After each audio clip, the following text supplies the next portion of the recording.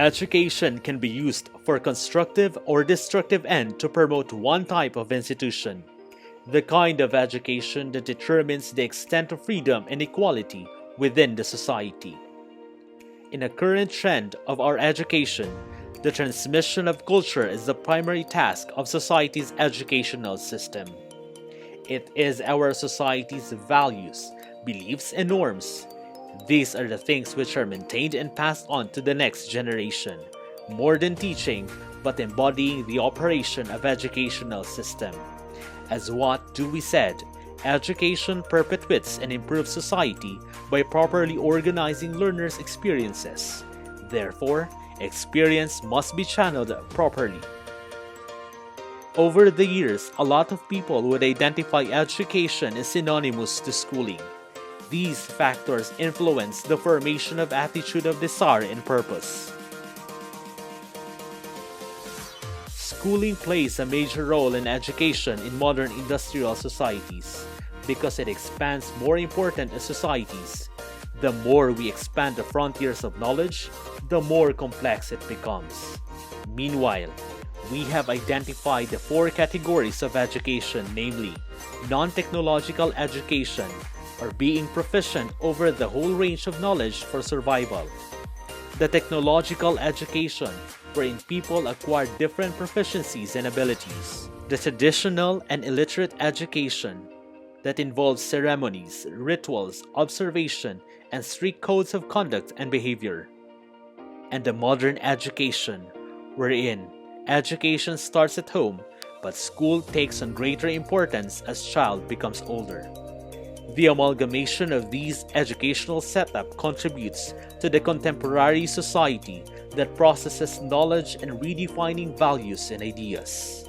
In the modern definition of social foundations of curriculum, school is a vital institution for helping the young acquire knowledge and the modern society of educating children and youth. It is the center of knowledge, ideas, and interconnectedness of thoughts as far as educational processes are concerned.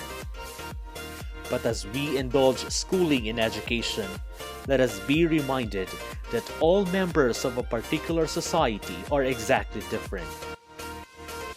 According to Ruth Benedict, no culture yet observed has been able to eradicate the differences in temperament of the persons who composed it. Although we share a common purpose in schooling, that is to get education, it is still a reality that we have our own different way of doing things in life.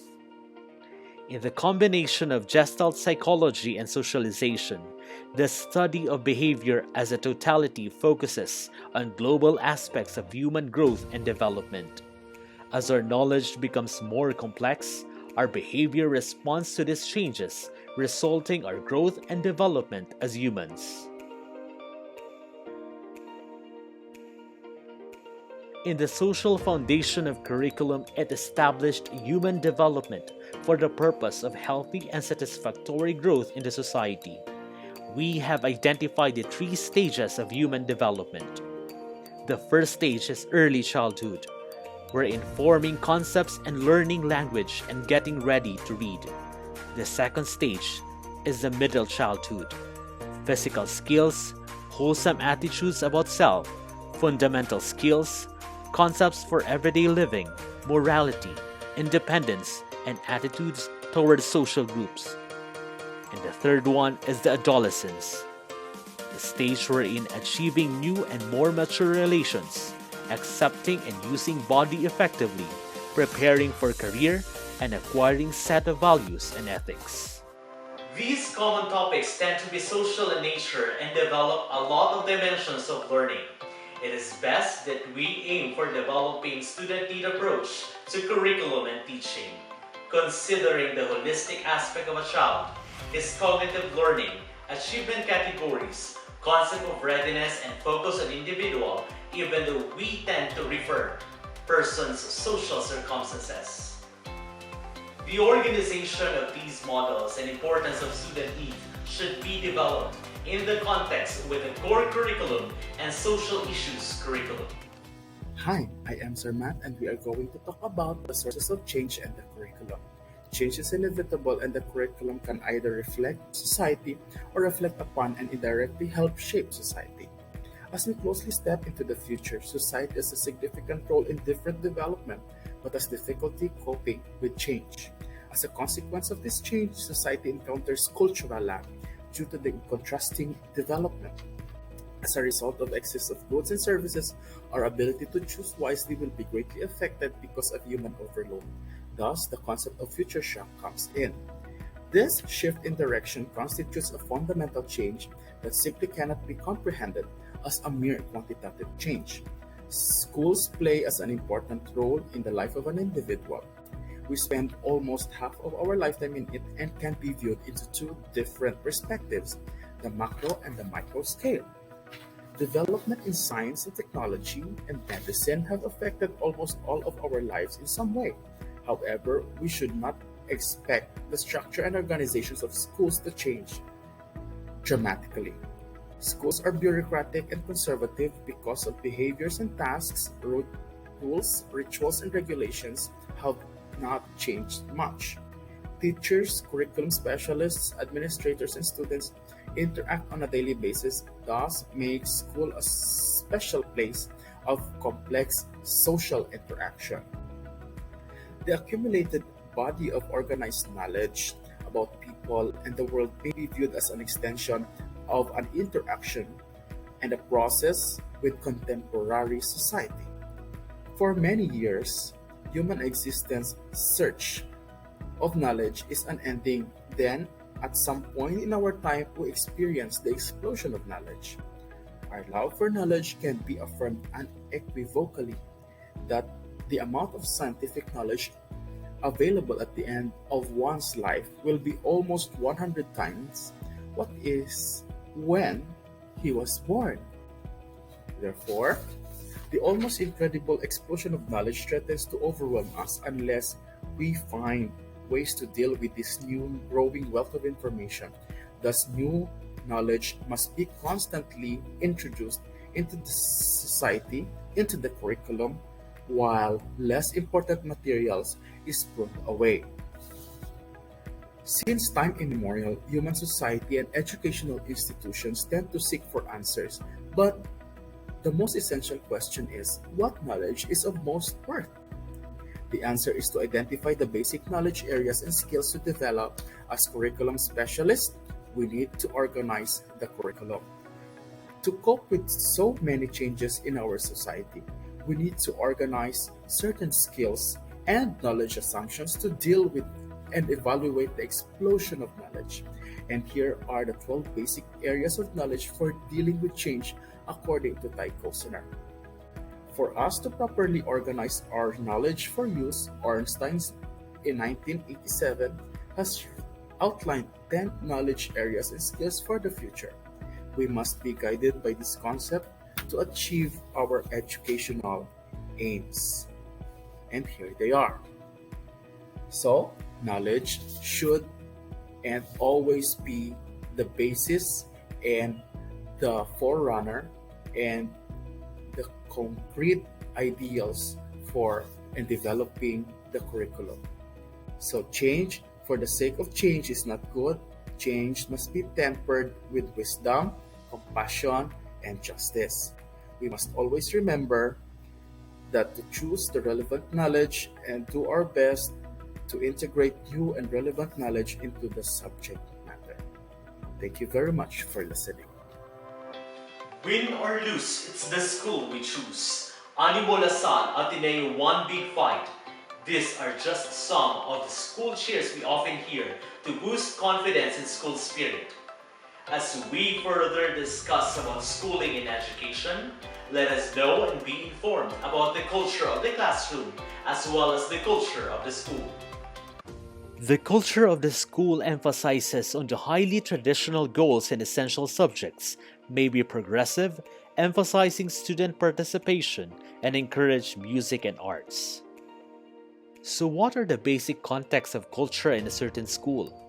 It could be a community service and intramural sports, fine arts that have definite place in curriculum, a school that focuses on internet or Wi-Fi usage, or a school that gives attention to the balanced administration of student government and school newspaper. Education in school carried on in a relatively formal ways. Therefore, students are evaluated and labeled, sometimes mislabeled. Students tend to follow rules and regulations based on the standard procedures and protocols. Labeling and mislabeling students relevant to evaluation can be an advantage or a disadvantage, for we may tend to focus on their social behaviors, but it can also lead to inattention or misinterpretations.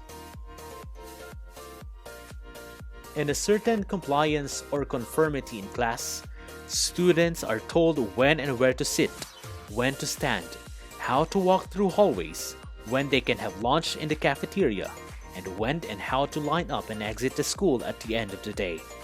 Teacher controlling the behavior of students, and grades can be used as an instrument for controlling behavior in class. In the reality of sociology in teaching implies contest between adult and youth culture in which the teacher, in order to protect his own authority, had to win. Whatever lesson he or she might get, it will still be useful learning experience for students, and children acquire great dexterity in exhibiting conventional and expected ways to form attention to schoolwork. For coping and caring, ineffective or hostile teachers can change a child's behavior in a matter of weeks through comments, gestures, and other body language, turning motivated to unmotivated student that exhibits frustrations, temper tantrums, and no longer likes going to school. The sociology in teaching suggested the setting aside of grades as basis of knowledge acquisition during the early stage of academic development of a child, because they have found out that grades basically create winners and losers, contradicting in the usual competitive reward structure. The probability of a student receiving an award is negatively related to probability of another student receiving a reward. This may create social issues and unhealthy competition that might lead to poor development of students in his scholastic environment, a trait that can be developed into culture in the future. Therefore, they have implemented in the basic primary education the no grades, no labels.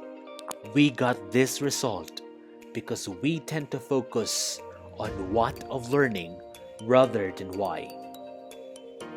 Schools must bring the sense of purpose to learning and create conditions that students can tap in their own motivation. Hello, Sir Matt here. Today we are going to discuss the culture of the classroom. Classrooms have become redundant and boring. That's why others see it dull and less appealing. In a traditional setting, teachers have the full authority in the classroom and is generally organized as a group. The classroom, on the other hand, through the interaction between the teacher and learners, they foster a bond and make learning productive. For us to fully understand the essence of the classroom, we must look into the factors that affect the interaction that happen inside it, such as the peer group, peer culture and the school, peer and racial groups, social class and achievement, and global achievement.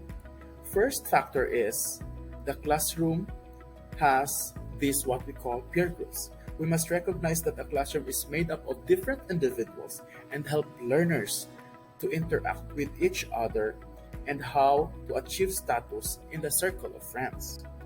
Peer groups, for example, influence the development of learners where they master some skills through peers that surrounds them as they grow.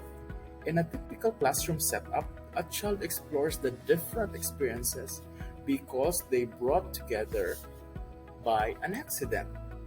They do not know each other, therefore, they experience different challenges inside the classroom with different people.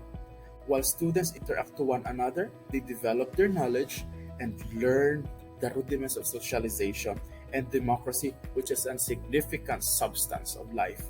Therefore, as an educator, we must be mindful of the learner's individual differences and the learning environment so that they could properly control or we could control the situation. Another factor that we must consider is the peer and racial groups. The United States, for example, is an example of a diverse country where equal rights are always an issue. The concept of cultural inversion comes in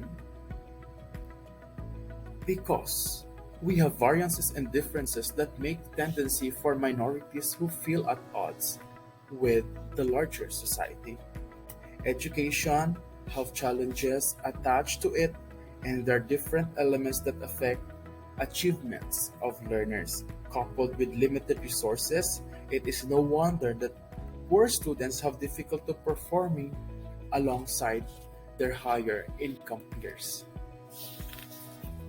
In order to achieve educational goals, curriculum experts must start with the grassroots, such as early access to quality kindergarten. The realization of quality education starts by on enhancing opportunities rather than merely closing achievement gaps. In the recent years, development in science and technology brought different change in society, and education is always the key to success. Experts believe that by obtaining reforms and realizing educational aims, we must have to improve the academic foundations in STEM subjects like mathematics. And on the other hand, seeing the world works at the present, some believe that focus, trade policy, public investments, and tax and monetary policy matter more. But in all this, we must consider everything inside the classroom as an important part where students learn, where learners experience different knowledge and skills so that they would become an essential and integral part of society. The culture of the classroom and the culture of the school must be student-centered environment where the students can be able to express themselves and learn all the things they have to learn more than what the four walls of the classroom could provide. As educators, it is our prime goal to secure the idea that in the long run and on their own, the students will be able to learn all the whats and whys of learning and be able to use it for their own benefits and their welfare. In behalf of Matt Christopher T. Balangao, I am Abraham Edgar T. Vargas, and this is Social Foundations of Curriculum. At nag-iiwan po kami ng paalala sa panahon ng bagong normal, paigtingin natin ang proseso ng pagtuturo at pag-aaral. Thank you, and have a great day, everyone.